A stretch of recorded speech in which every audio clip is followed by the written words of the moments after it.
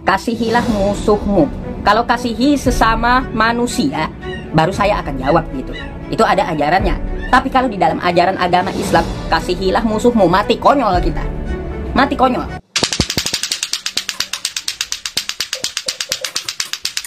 Haleluya, haleluya. Assalamualaikum bismillahirrahmanirrahim. Salam Aki.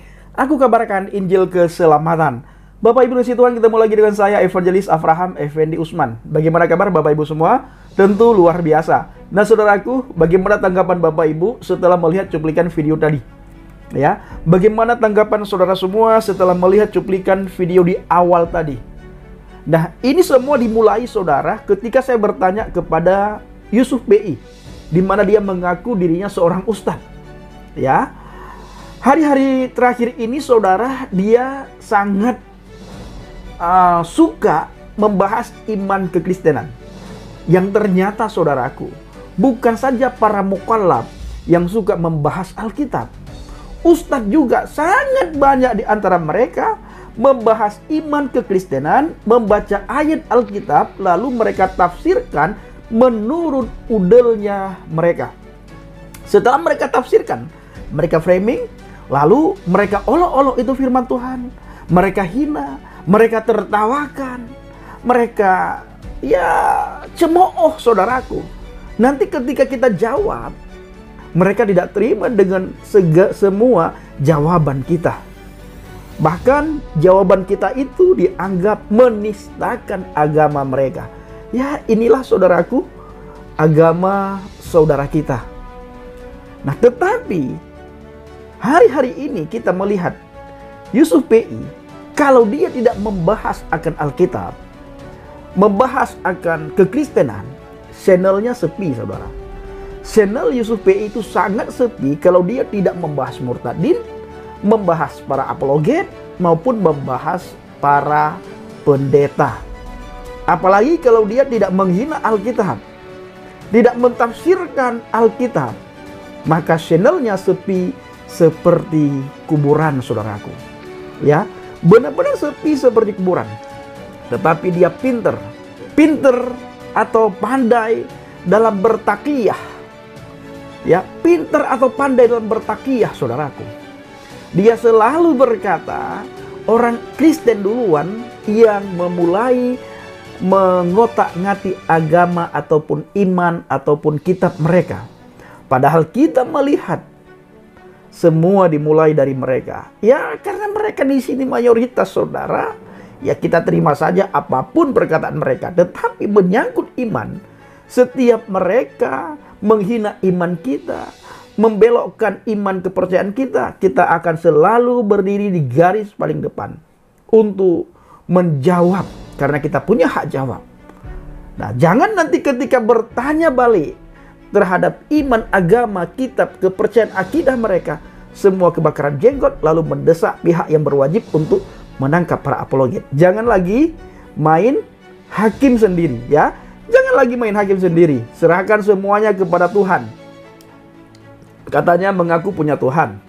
Segala macam bla bla bla bla bla bla bla. Serahkan sama Tuhan. Setiap orang yang menghina, serahkan mereka sama Tuhan. Seperti kami yang menyerahkan orang-orang yang menghina kami kepada Tuhan. Kami serahkan orang yang menghina kitab suci kami kepada Tuhan. Kami serahkan mereka yang mengolok-ngolok Alkitab, mengolok-ngolok Yesus Kristus. Kami serahkan hidup mereka semuanya kepada Tuhan, biar Tuhan yang bertindak. Di situ nanti kami akan tahu, akan memahami, akan kami mengerti, benarkah Tuhan kami itu punya kuasa atau tidak.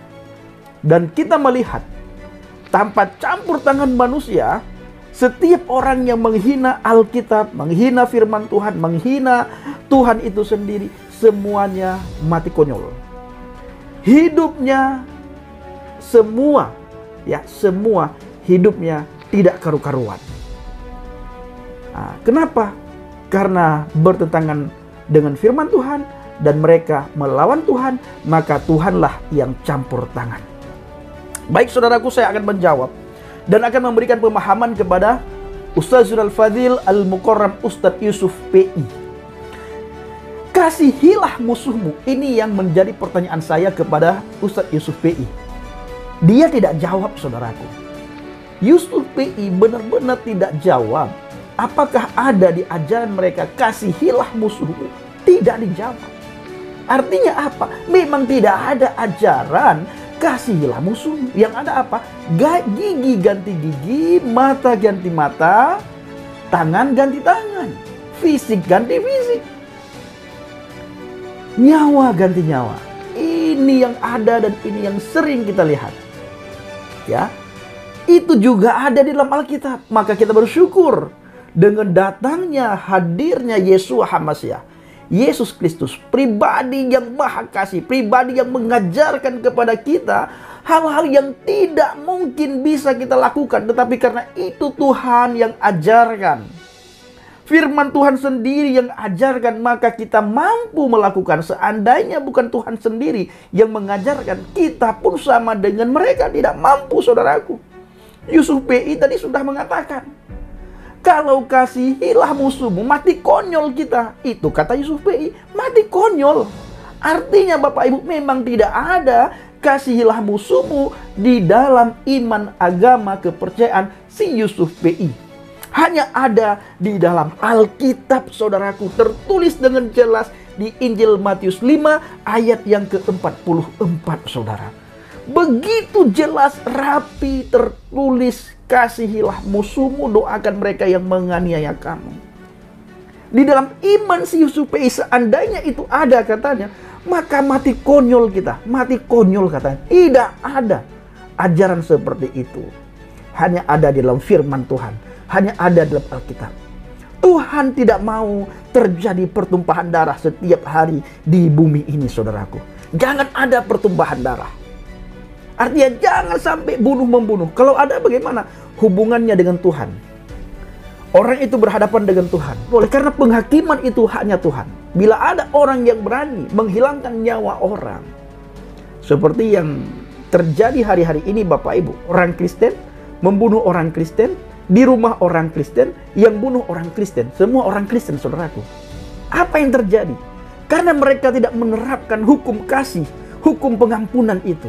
Dan tidak ada hukum pengampunan itu dalam hati dan pikiran mereka. Yang ada apa? Mereka yang melakukan itu mengedepankan nafsunya, ego. Jadi ketika ego dan nafsu itu dikedepankan, kedagingan itu dikedepankan, maka hukum kasih dan pengampunan itu pasti ke samping, saudara. Akhirnya terjadilah bunuh-membunuh. Tetapi ajaran firman Tuhan, ajaran Alkitab menyuruh kita, musuh di depan mata itu harus kamu kasihi. Kenapa, saudaraku? Di dalam kitab Galatia, di situ dikatakan, dijelaskan kepada kita semuanya. Apabila kita berjalan dengan kasih, kita mengedepankan kasih, kita terapkan kasih, kita hidupkan kasih, tidak ada satu hukum pun yang menentang kasih. Tidak ada. Tidak ada satu hukum pun yang menentang kasih. Makanya Bapak Ibu, ketika saya mendengarkan bagaimana penjabaran dan penjelasan si Yusuf PI, tidak sia-sia iman saya kepada Yesus, saudaraku. Benar-benar di dalam iman si Yusuf PI, agama dia, kasihilah musuhmu, tidak ada. Apakah kita mampu dan sanggup melakukan itu? Tidak sanggup dan kita tidak mampu. Jelas sekali karena kita manusia. Selalu kita mengedepankan ego, dan ego. Tetapi saudaraku, firman Tuhan mengajarkan kita, kamu harus mengasihi musuhmu. Kamu harus mendoakan mereka yang menganiaya kamu. Bahkan bila musuhmu lapar, bila musuhmu haus, berikan mereka makan, berikan mereka minum. Ini ajaran Tuhan Yesus HaMashiach kepada kita, saudaraku. Luar biasa. Maka saudara harus berbangga, beriman kepada Yesus. Beriman kepada Yesus. Tidak ada satu ajaran pun yang mengajarkan umatnya, kasihilah musuhmu. Kalau kasihilah sesama manusia, semua agama mengajarkan hal itu. Walaupun di dalam ajaran si Yusuf PI hanya mengasihi orang-orang yang seiman, saudaraku.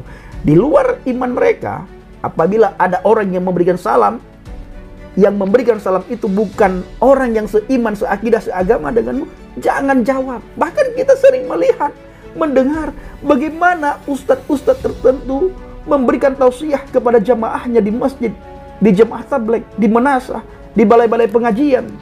Apa kata mereka? Jangan berteman, jangan bersahabat dengan orang kafir. Bagaimana ini? Kasihilah sesama manusia.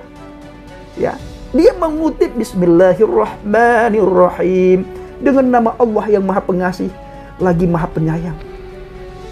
Itu menunjukkan kasih pencipta kepada makhluk. Tetapi adakah pencipta mengajarkan kepada kita seperti ajaran Yesus? Kasihilah musuhmu